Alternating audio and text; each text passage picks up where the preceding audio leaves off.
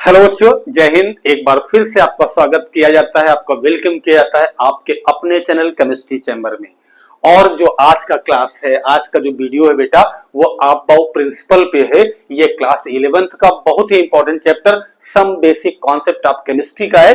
आप बाउ प्रिंसिपल क्या है, आप बाउ प्रिंसिपल आप समझ नहीं पाते हैं, कैसे इलेक्ट्रॉन को फिल करना है, लोवेस्ट लेवल से हाईएस्ट लेवल पे आपको कैसे इलेक्ट्रॉन फिल करना है, ये सारी बातों को आज की क्लास में हम लोग क्लियर करने वाले हैं बेटा। तो आप बाउ प्रिंसिपल क्या होता है, पहले चीज तो ये समझेंगे कि आप बाउ कोई आदमी था क्या, कोई साइंटिस्ट था क्या? नहीं बेटा, आप बाउ जो था वो एक जर्मन वर्ड है। इसका मतलब क्या होता है?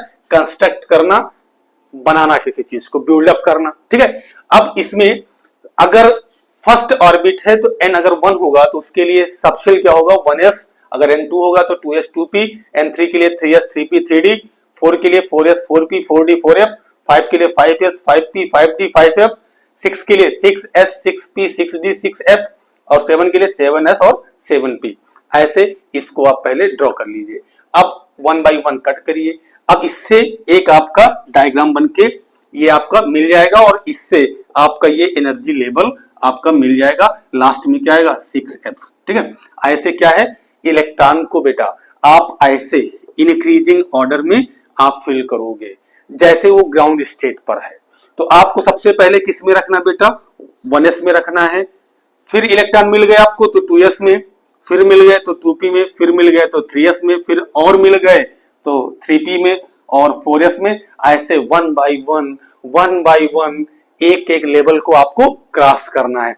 पहले नीचे का लेवल, फिर थोड़ा ऊपर, फिर और ऊपर, फिर और ऊपर, फिर टॉप पे चले जाएंगे आप। वहां तक इलेक्ट्रॉन को फिल कर देना है। अगर आपके पास इलेक्ट्रॉन इतने हैं तब, अगर नहीं है तब आप क्या करेंगे? जहां तक होगा वहां तक फिल करके छोड़ देंगे आप। जैसे एक एग्जांपल बेटा समझ लेते हैं, एक छोटा सा एग्जांपल बेटा समझ लेते हैं कि अगर इलेक्ट्रॉन आपके पास 5 हो, ठीक है। जैसे 5 किसका होता है? बोरॉन का। बोरॉन का जो एटॉमिक नंबर होता है वो 5 होता है। इट मींस कि इसमें 5 इलेक्ट्रॉन है।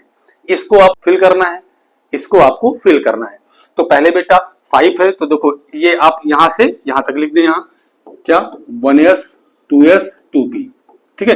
अब देखो 5 है बेटा, आपको 2 इलेक्ट्रॉन इसमें रखने हैं, 2 इसमें रखने हैं। s में मैक्सिमम 2, p में मैक्सिमम 6, d में मैक्सिमम 10। यहां लिख देते हैं बेटा, इसको आप नोट कर लीजिएगा।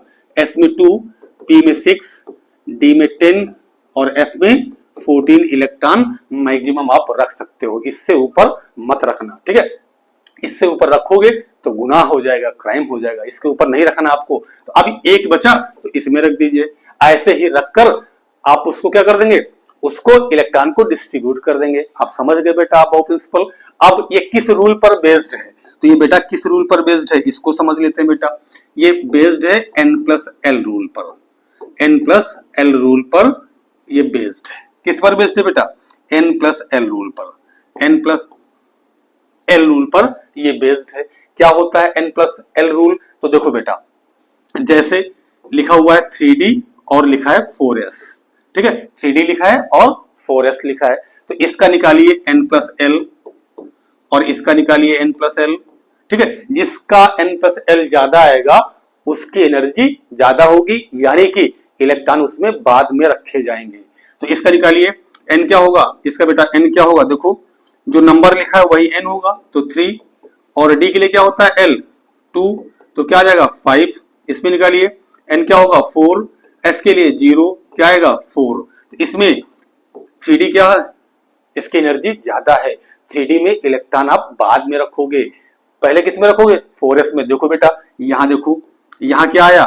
पहले 4s में इलेक्ट्रॉन आया, फिर किस में जाएगा? 3d में जाएगा। ठीक है। अगर वैल्यू बराबर आ जाए, अगर दोनों की वैल्यू बराबर आ जाए, जैसे एग्जांपल समझो बेटा, एग्जांपल समझो जैसे 3d और 4p लिखा है। दूसरा एग्जांपल ये हो गया, ये फर्स्ट हो गया, दूसरा ये।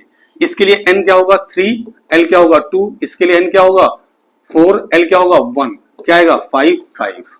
अब इसमें कैसे डिसाइड करोगे? सर ने तो बताया ही नहीं भाई, सर ने तो बताया ही नहीं कि इसमें कैसे आप डिसाइड करोगे। तो इसमें कैसे करोगे बेटा? इसमें आपको देखना है, किसको देखना है? उसको नहीं भैया, इसको देखना है। यहां पर n स्मॉल किसमें है, n स्मॉल किसमें है, तो इसमें है तो ये हो जाएगा, इसकी एनर्जी लो हो जाएगी, इसकी हाई, तो इलेक्ट्रॉन पहले 3d में आएगा फिर 4p में आएगा। तो बेटा समझ गए आप, समझ गए आप बहु प्रिंसिपल क्या है और किस रूल पर बेस्ड है। तो बेटा इसको आप रिवाइज करें। हम मिलते हैं किसी और अच्छे इंपॉर्टेंट पॉइंट के साथ, इंपॉर्टेंट टॉपिक के साथ। तब तक के लिए बाय बाय।